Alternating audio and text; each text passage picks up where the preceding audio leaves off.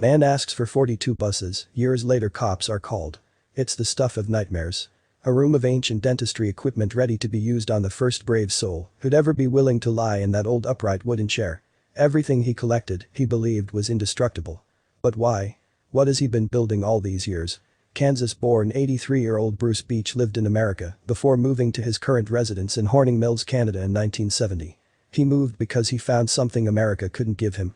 He found the perfect piece of land that would support his project.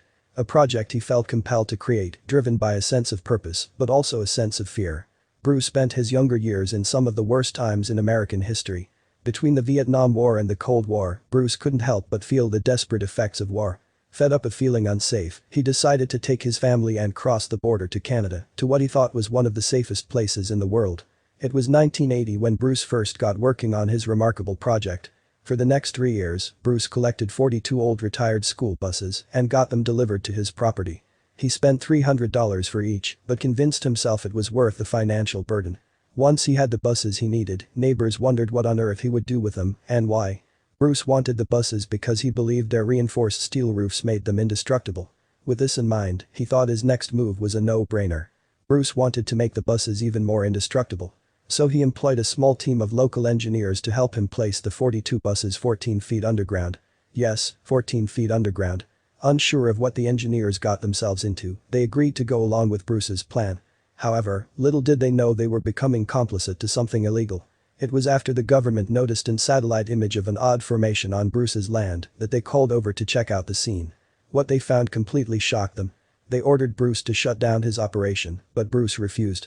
By this time, Bruce had already put a lot of effort into supplying his underground project with electricity, a plumbing system and a drinking water supply. He believed his work to be too necessary for humankind to budge, so the authorities intervened. In 2005, the local fire department decided to take action. Rather than going to court, they sealed off entrances to the underground structure. However, that didn't scare off Bruce. Once he figured a way to get the doors open again, he carried on with his lifetime project and endless maintenance of his underground haven. Then the authorities had enough. Without a building permit and fearing the structure unsafe, they threatened Bruce to close down the doors for good. But relentless in his pursuit of the greater good, Bruce explained to the cops that the engineer who built Canada's subway system was the same one who supervised his construction. He also explained that no one could starve here. That's right.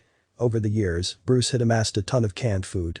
One jar of pickles even dates back to the 80s. But Bruce is persistent that they're still good to eat. Bruce even prepared kitchens, sleeping quarters, showers, bathrooms, playrooms, and decontamination rooms in his idea of a safe haven.